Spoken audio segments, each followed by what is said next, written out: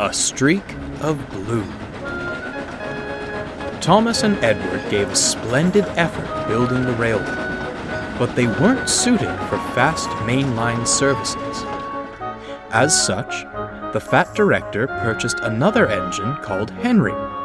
Although a good sort, he was prone to steaming troubles, which caused endless frustration. Due to a lack of funds, engines were loaned from other railways.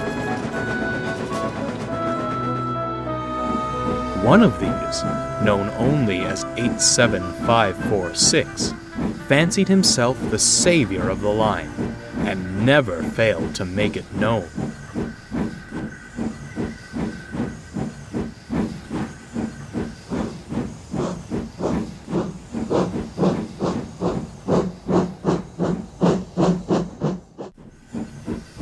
"Fret no longer," he declared, dragging Henry and his train into the big station. "For I have restored order to our timetable once more." "Does he ever tire of all that hot air in his boiler?" Thomas remarked to Edward. "I say, you, little one," the big engine beckoned to Thomas. "be a good lackey, take my coaches and the indisposed away. I must rest my aching wheels."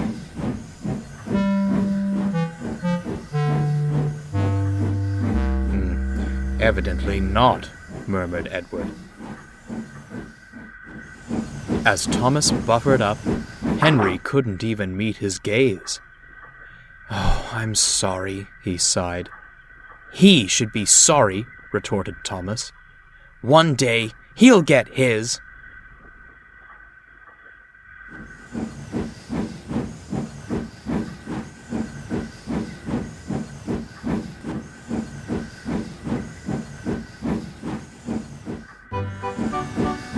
That night, Thomas retired to the shed.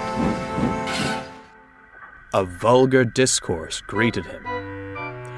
"You know," 87546 said loudly to another loaned engine, "I do sympathize with the fat director. Wasted what little hard-earned money he had on a mite, an antique, and an invalid."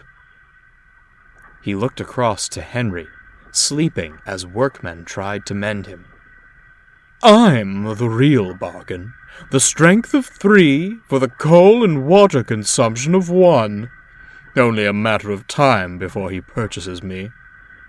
"The fat director," Edward interjected, "favors engines with good character. You leave much to be desired in that department." "And where has good character led you, replied 87546. "Certainly not the main line. Speed and strength are all that matters there. When I pull coaches, you merely see a streak of blue. Engines like you fade into the background. I'd like to see you do my work without falling to pieces." He turned back to the other engine. "Now, a more pressing matter.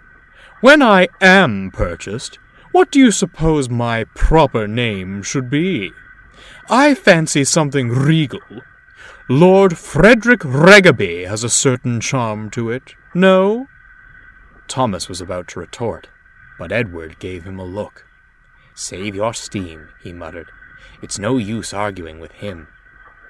They stared at the loaned engine with contempt. Henry, who'd only been pretending to sleep, had heard everything.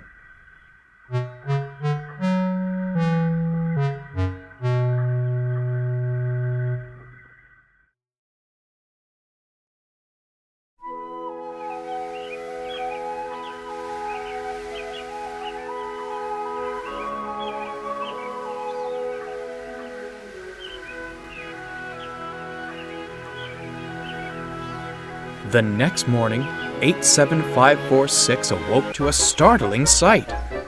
There was Henry, hissing and wheeshing halfway on the turntable.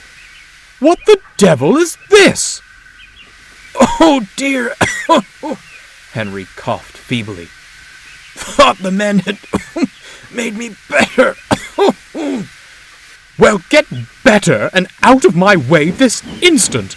My admiring passengers are waiting. I demand extrication at once. But the other engines had all left for work. They couldn't have helped anyhow, for there was no way onto the turntable.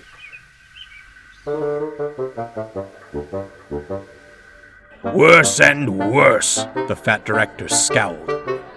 The passengers cannot be kept waiting. I'm sorry, Edward. As the others have gone, you'll have to take the coaches. Edward gulped, staring at the long train. Begging your pardon, sir, but this is a bit beyond my capabilities. Not if I helped you, bubbled Thomas, shuffling alongside. 2 engines are better than 1, sir. Besides, the others can manage their own shunting for a while. The fat director considered. Very well, he said at last. Off you go. Do your best, but take care. The engines backed excitedly onto the train. The passengers marveled at the strange combination, but were thankful to have any train at all. Finally, the guard's whistle blew. Come on, called Thomas. Steady now, advised Edward.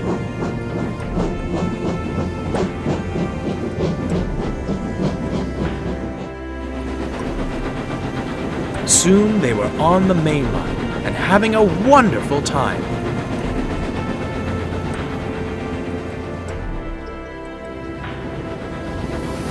Thomas was so excited to leave the yards, he nearly pulled Edward's coupling off. Edward chuckled. He was glad to stretch his wheels again.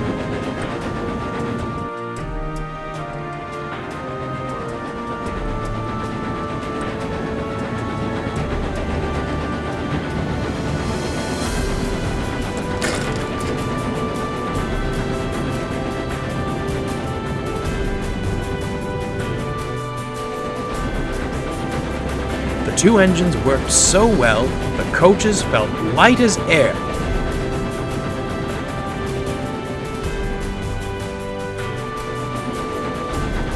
Other engines were shocked as they raced past, whistling with glee.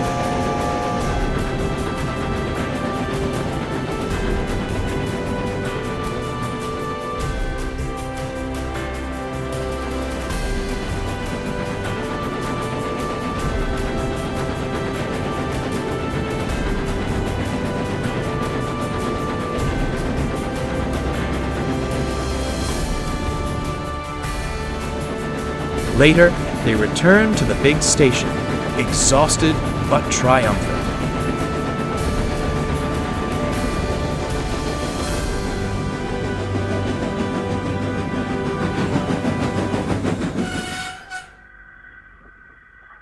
Henry and 87546 stood at the platform.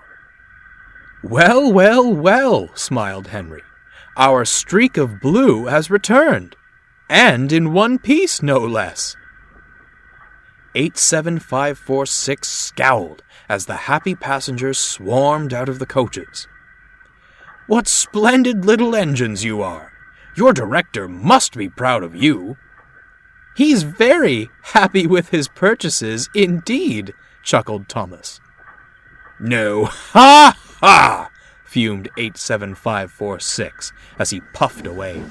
You were only allowed out of the yard because clanky old Edward couldn't manage alone.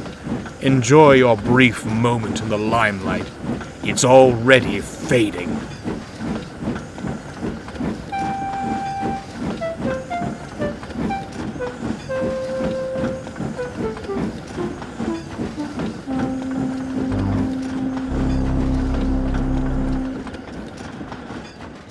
If I didn't know any better, smirked Thomas, I'd say he didn't like shunting his own train. He chortled off to the water column, but Edward stayed behind. Are you all right, Henry? What on earth happened this morning?" "Oh, the usual steaming troubles. You know how it is." Miraculously, he winked, the problem seemed to vanish after you'd gone. "Oh, you didn't!" Edward gasped. "Now, Edward," Henry grinned, "do you really think I'd do such a thing?" And without another word, Henry steamed away.